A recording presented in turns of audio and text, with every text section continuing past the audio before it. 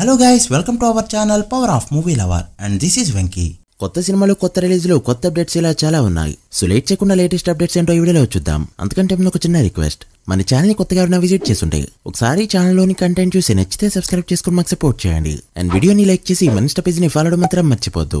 రేపు మాస్ రాజా రవితేజ గారి బర్త్డే కావడంతో మాస్ జాతర మూవీ నుంచి గ్లిమ్స్ అయితే ప్లాన్ చేసింది మూవీ టీమ్. అనౌన్స్మెంట్ తో వదిలిన లుక్స్ ఏదైతే ఉన్నాయో వింటేజ్ రవితేజ మాస్ ని గుర్తు చేసే విధంగా ఉన్నాయి. అలానే కాస్త క్రాక్ టచ్ కూడా కనిపిస్తుంది. బట్ డైరెక్టర్ కి ఎలాంటి ఎక్స్పీరియన్స్ లేకపోవడం, బ్యాక్ టు బ్యాక్ ఫెయిల్యూర్స్ తర్వాత రవితేజకి ఇంపార్టెంట్ మూవీ కావడంతో డైరెక్టర్ ఎంతవరకు హ్యాండిల్ చేస్తాడనేది బిగ్ క్వశ్చన్. ఇక లాస్ట్ ఇయర్ జెమినీలో ఖడ్గం సినిమా ఎలా అయితే రిపబ్లిక్ డే కి వేయలేదు, ఇప్పుడు కూడా అదే రిపీట్ కానుంది. ఏ స్లాట్ లో కూడా ఖడ్గం మూవీ అయితే బుక్ కాలేదు. సో చిన్నప్పటి ఫ్లాగ్ హోస్టింగ్ చాక్లెట్స్ ఖడ్గం మూవీ ఫార్మాట్ ప్రస్తుతానికి తప్పిపోయిందని చెప్పొచ్చు. బట్ థియేటర్కల్ గా కొన్ని చోట్ల షోస్ అయితే పడుతున్నాయి. మదగజరాజా బాక్సాఫీస్ ని షేక్ చేస్తూ ఇప్పటికే వరల్డ్ వైడ్ గా 50 కోట్ల మార్క్ ని దాటేయగా ఈ 31st తెలుగులో కూడా రిలీజ్ కాబోతుంది. అండ్ ట్రైలర్ రీసెంట్ గా రిలీజ్ అయింది.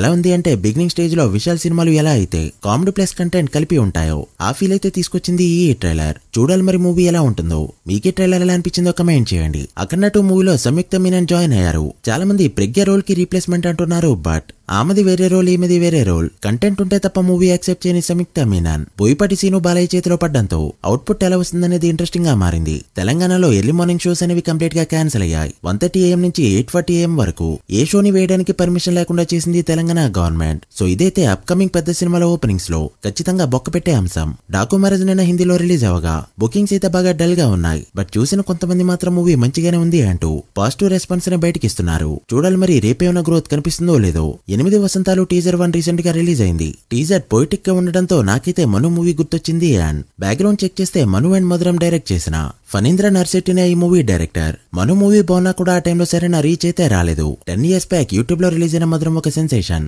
మరి ఈ మూవీ ఎలాంటి రెస్పాన్స్ తెచ్చుకుంటుందో చూడాలి. తలపతి 69 మూవీకి సంబంధించిన ఫస్ట్ లుక్ రేపైతే రిలీజ్ చేయబోతున్నారు. టైటిల్ ని రేపటి తీర్పు అనే అర్థం వచ్చేలా పెట్టబోతున్నట్టు టాక్. విజయ్ పొలిటికల్ కెరీర్ కి మూవీ ఎంతైనా హెల్ప్ అవుతుందని నమ్ముతుంది మూవీ టీమ్. ప్రెజెంట్ అయితే విజయ్ ఫ్లాప్ సినిమాలు కూడా హిట్ సినిమాల రేంజ్ లో కలెక్షన్స్ అందుకుంటున్నాయి. మరి ఇలాంటి పీక్ టైమ్ లో వస్తున్నాయి ఈ ఫిల్మ్. ఏమాత్రం పాజిటివ్ టాక్ అందుకున్నా కూడా లియోని దాటేయడం పక్కా. సో రేపైతే సోషల్ మీడియా తగలబడబోతుంది. నాగచైతన్య ఇప్పటివరకు 10కి పైగా హిట్స్ ఇచ్చినా కూడా ఈ రోజుకి స్టార్డమ్ అయితే రాలేదు.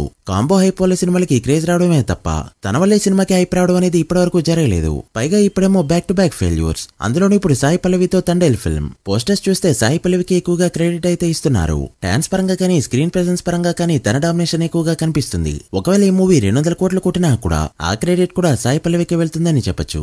నార్త్ అమెరికాలో 599 లొకేషన్స్ లో చాలా గ్రాండ్ గా రిలీజ్ అవుతుందని అనౌన్స్మెంట్ చేశారు. బట్ బిగ్గెస్ట్ రిలీజ్ ఫర్ యువ సామ్రాట్ అంటూనే సాయి పల్లవిని కూడా మెన్షన్ చేశారు. ఇక ఈ మూవీ ట్రైలర్ అయితే January 28న రిలీజ్ కాబోతుంది. చూడాలి మరి ట్రైలర్ ఎలా ఉంటుందో. ట్రైలర్ లో కూడా సాయి పల్లవి డామినేషన్ కనిపించిందంటే మాత్రం సినిమా 300 కోట్లు దాటిసినా కూడా నాగచైతన్య నెక్స్ట్ సినిమాలకి ఎలాంటి హైప్ ఉండదు.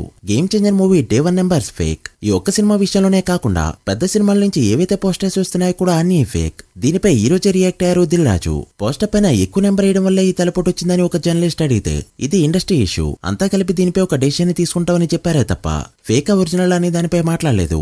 దీన్ని బట్టి చెప్పొచ్చు ఇవి ఎంత genuine numbers.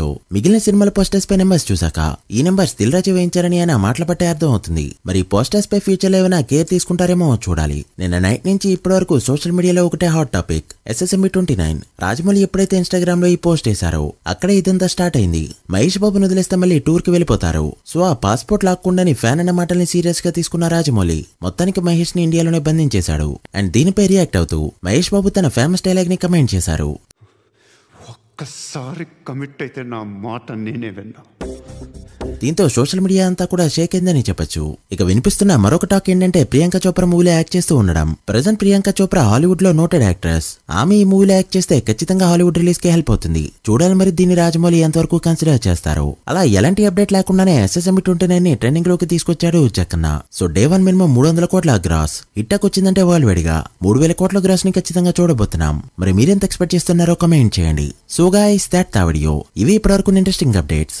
SSMB 29 and Thandel day 1 ఎంత నెంబర్ పెడతాయి అనుకుంటున్నారో కమెంట్ చేసి వీడియో నచ్చితే లైక్ చేసి మీ ఫ్రెండ్స్ ఫైల్ మెంబర్స్ కి షేర్ చేయండి. మరొక ఇంట్రెస్టింగ్ వీడియోతో మళ్ళీ కలుద్దాం. అప్పటి వరకు signing off power of movie lover. Thank you. అయితే పాస్పోర్ట్ చేతికి पासपोर्ट हाथ में देना मना है. प्लीज दयచేసి ప్లీజ్ గెట్ అవుట్.